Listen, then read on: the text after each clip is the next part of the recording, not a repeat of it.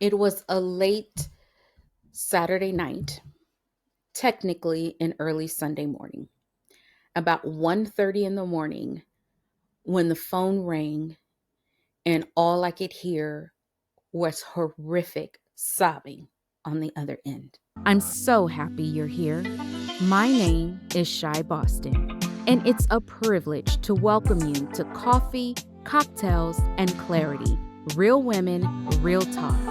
It's a safe space created for women like us who want to have authentic conversation around everything that impacts our life, careers, and relationships. Go ahead, grab your favorite beverage, and get comfy. Now, let's have a chat. Today I'm coming to you and I am drinking a pineapple Fanta, um, one of my favorite drinks. Hold on, let me take a sip. Mm, I don't drink it that often, um, but there's something about a pineapple Fanta that just hits the spot. Anyway, let's continue with the story. So we got the call, and it was a family member bawling her eyes out that two of our other family members, her children, had been involved in a head on collision. It ended up that they were fine, but the driver that hit them was distracted in their vehicle. Age has nothing to do with it, although they were relatively young in their 20s, but it was what caused the accident. That was the bigger issue. They dropped their cell phone in the vehicle. And what they thought would take just a second to bend down and pick up resulted in them crossing a median and slamming head on into our family members. Thankfully, they were in a very well built car that happened to be an SUV that took a lot of front end damage. The airbags went off, and there was no other damage to the vehicle, like broken windows or things like that, which meant that our family members inside were relatively safe and walked away with some bumps and bruises that will heal over time, and muscle tissue damage that'll heal over time. And also to motor vehicle trauma, which, if you've ever been in a motor vehicle accident of almost any sort, you know that that is something that stays with you for quite a while. Hearing the cries, the fear, knowing the uncertainty of what the outcome and result of that was going to be. I've been there and I've lived through that in my own personal accidents. Um, but what it made me think of when all was settled down, so to speak, and we were relieved to know that everyone was okay for the most part, it made me think about the distractions in my life that could be leading me into a dangerous situation.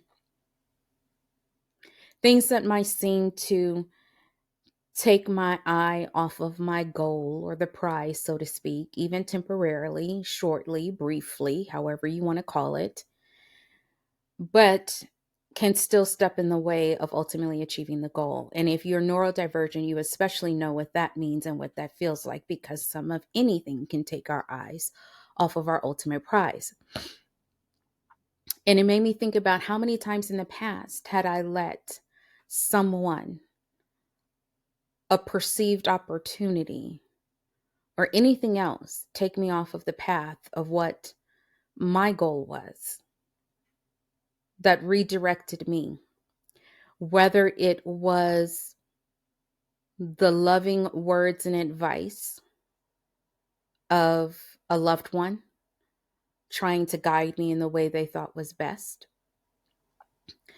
whether it was a relationship that I should have seen the red flags for, but didn't. Or whether it was my own decisions around big decisions or even little ones that I had to make. But what distracted me and took me away from achieving a goal, fulfilling a wish, speaking up for myself, caring for myself, loving myself. I want you to think about that for yourself too, because we are all dealing with something, all of us. Some of it may be heavier than others. Some of it seems like it's light. Sometimes you look at a grocery bag and you think it's light and it's not. When you go to pick it up, you realize it's actually heavy.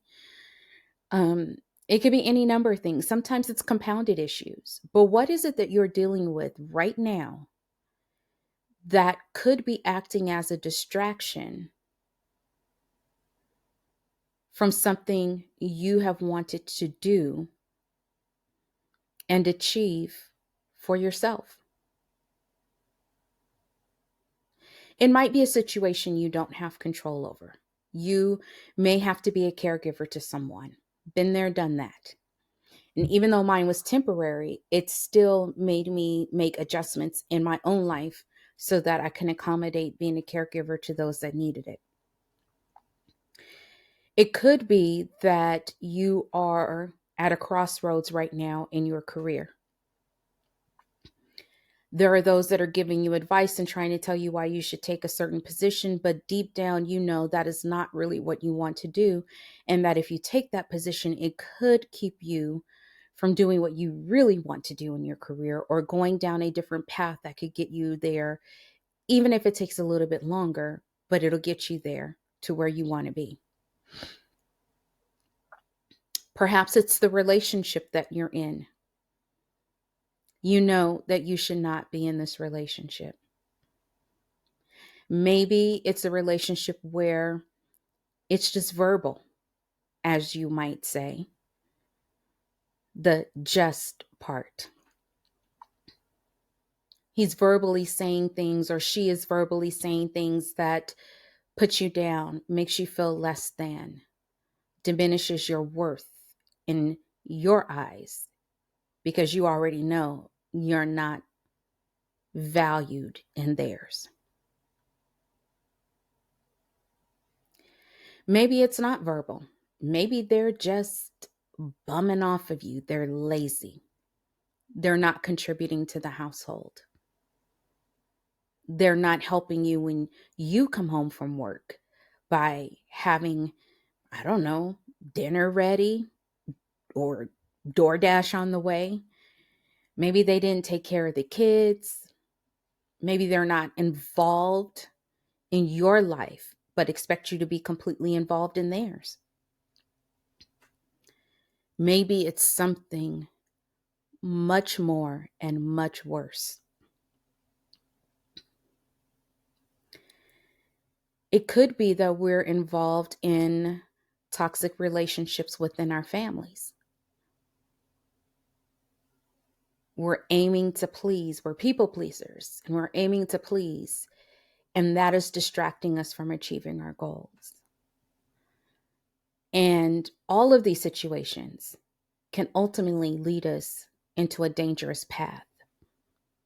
If you're a caregiver who is not giving care to yourself, you're on a dangerous path. You are working your way towards a head-on collision with your physical, mental, and spiritual health. If you are looking at your career and you're being forced into a job that or position or down a path that you're like, this really is not for me, you could be in a dangerous position because you could end up in a position where now you're stuck in that role for a long time. It could be that you're being put in that role because you are not expected to succeed.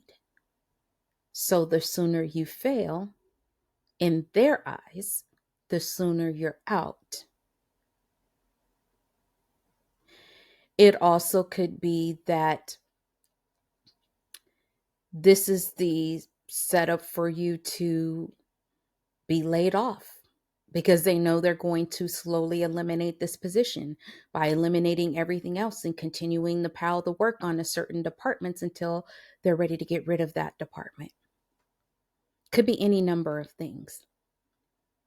And it could be setting you also up for having health that is not going to be good because you will be stressed out to the max. Even if you can do the job and you're good at it, and it's not something you want to do, you will still have stress and anxiety, and that will leave marks inside your body on your health that you may not see for years to come. If you're in a relationship where they're taking way more than they're giving, and if what they're giving is painful in any way, you are definitely on a path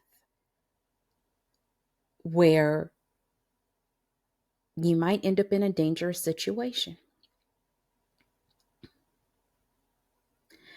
You see, I want you to think about what are the things that are in your best interest and what are the things that are serving you. Yes, there are some things that we have to do for a time.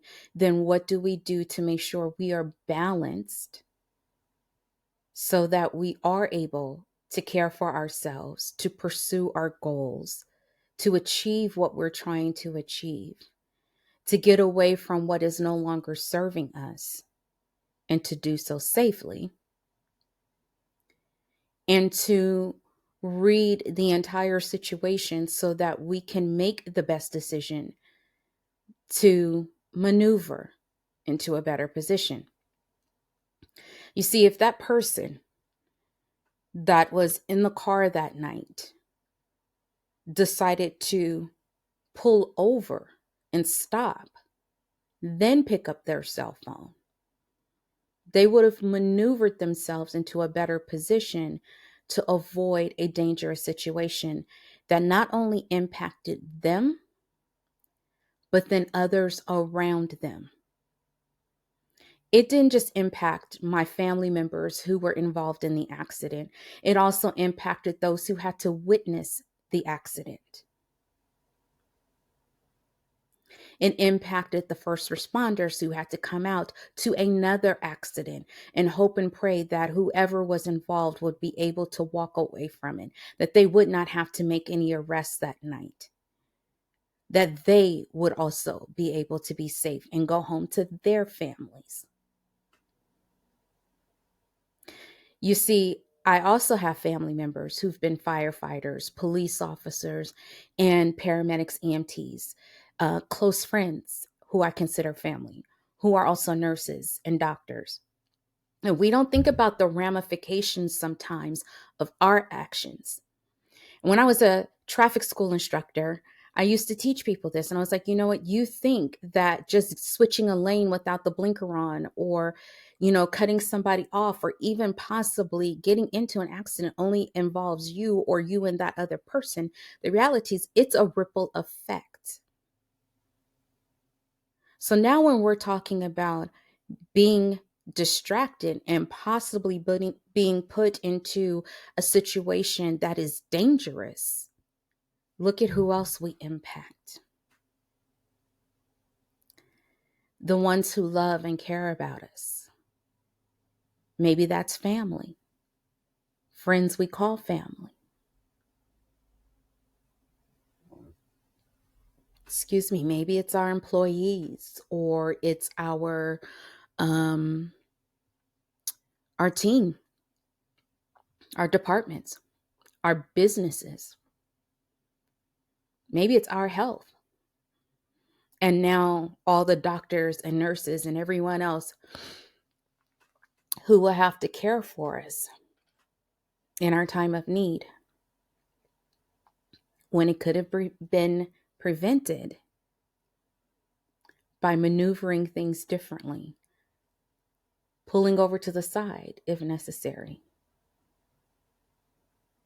just letting it be and keep on driving and get to your destination.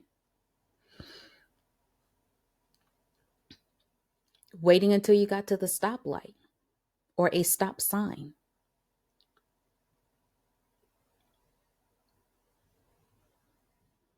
There's any number of things, and all of those have repercussions as well. All of our actions, whatever decisions we make, there's always going to be something that's going to result out of that. So whether it's good or bad is a, different story. Some of us really don't have the time or the ability to think through some of our decisions. As these distractions come at us, we have to make split-second decisions. But I'm going to encourage you, even if it's a split second, take the time.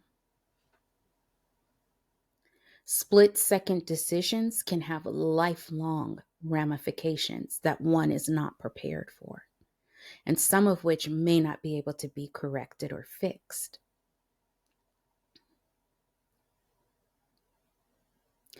When I thought about the situation that happened with my family,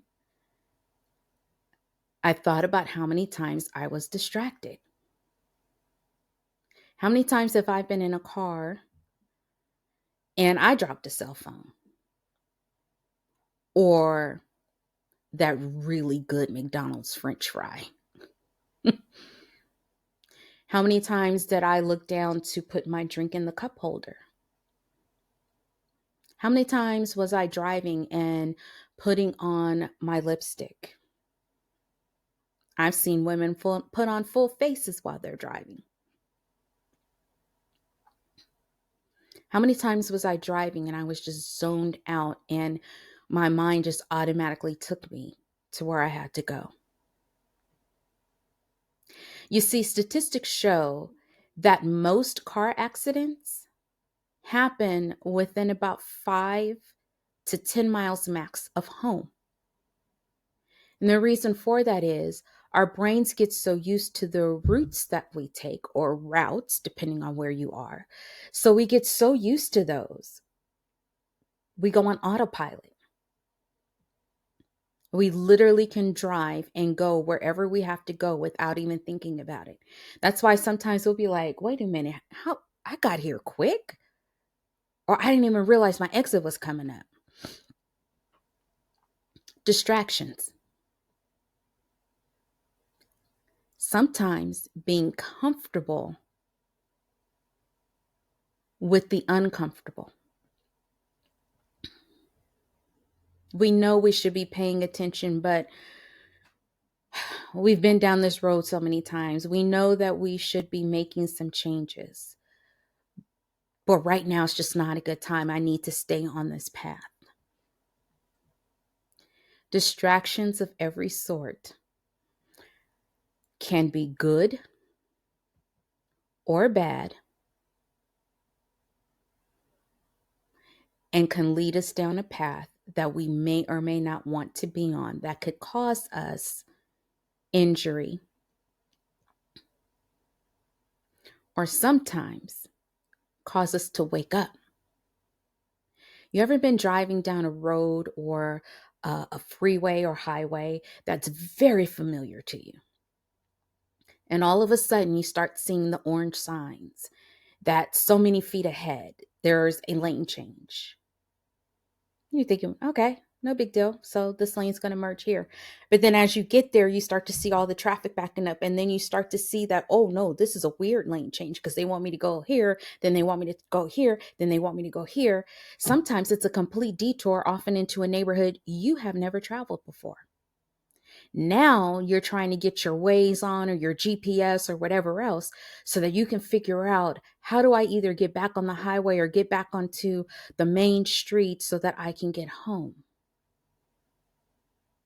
Sometimes distractions can wake us up.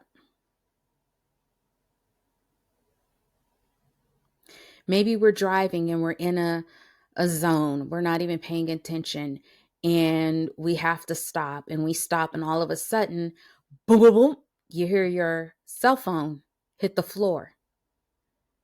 What happens? You jerk awake and you're like, oh, wait a minute. Now you're out of the zone. And that's when you might look around to realize where you are.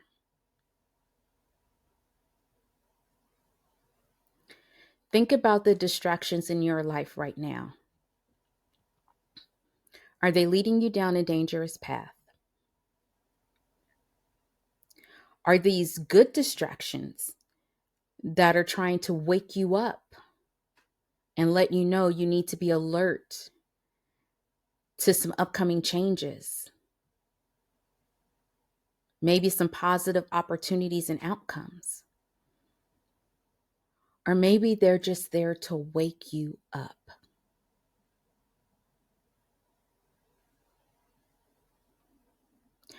Whatever you decide today in what those distractions are, I hope that you can take a moment, breathe, and think through them for yourself, maybe with a therapist or with a friend, so that you can continue on the path that will keep you safe,